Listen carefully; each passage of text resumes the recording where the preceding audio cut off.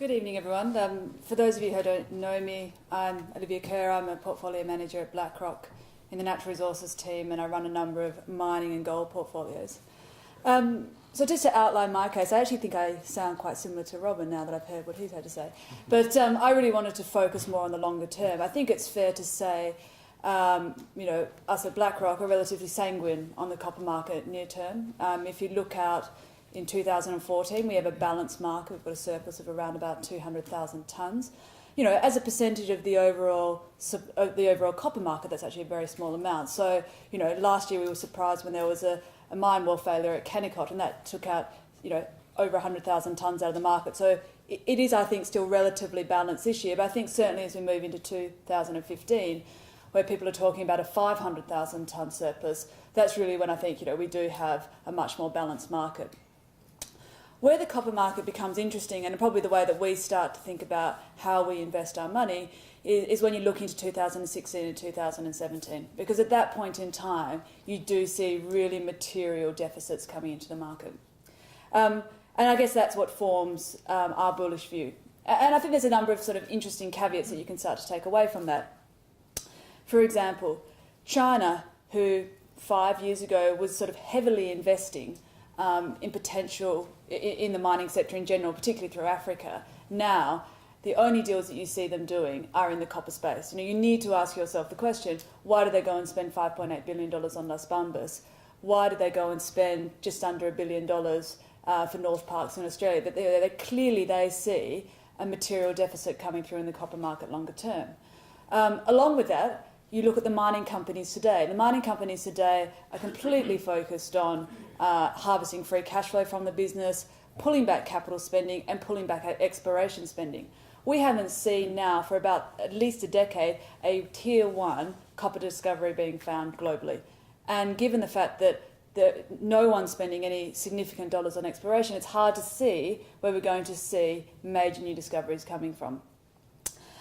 So I think if we look at some of the industry dynamics which are going on at the moment, if you look at mine depletion is probably the most significant driver, I think, of the deficit that's going to come through into the copper market. So mine depletion on average is running about 1.5% per year.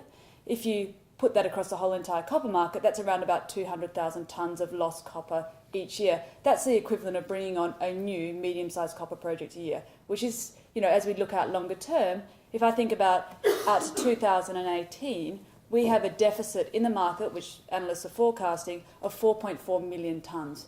That's 14 lost Palambras. That's 14 300,000 tonne copper mines that need to come into production. Now, if you think about Escondida, Chica Matata, some really large copper projects globally, they took over 10 years to bring into production. So I don't see how in the next 5 years of time that we're going to start to be able to meaningfully start to fill this deficit. There's all the other challenges that obviously the copper industry is facing. We've seen significant grade decline across the whole entire industry.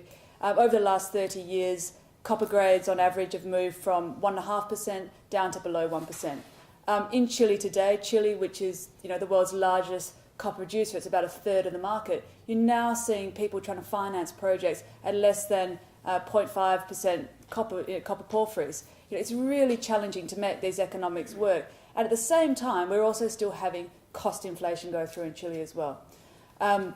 What you've seen, which is probably well known to most people, is that power costs have been running on average now at 5% inflation, and it's looking to get even worse.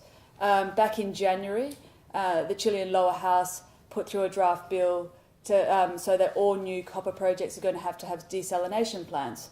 Desalination plants are very, very expensive. In the past, water cost was an OPEX cost. Going forward, water cost is a CAPEX and an OPEX cost. Just to put these numbers into context, Escondida, for its new concentrator, had to put in a desalination plant, and that was $3 billion. So, we really are going to see, I believe, a material change in the incentive price which is going to be required to bring on new copper projects. So as we look out longer term, I think it's going to be that 2016 timeframe going forward, when all of a sudden the market's going to realise actually the copper market, having been in relative balance to surplus over the last 2 years, is now moving into material deficit. There's been no new sort of projects that are meaningful new projects that are coming into the market. At the same time, we're going to have to start to incentivise producers to bring on production again. And that, in my mind, starts to get the market and investors starting to look at financing copper projects using incentive prices. Now, people talk about an incentive copper price today of over $4, which is required to bring on new projects. That's where I think in the next few years we could start to see the copper price going if this deficit that I think is going to play out actually does. So that's what really forms my bull case on the copper sector.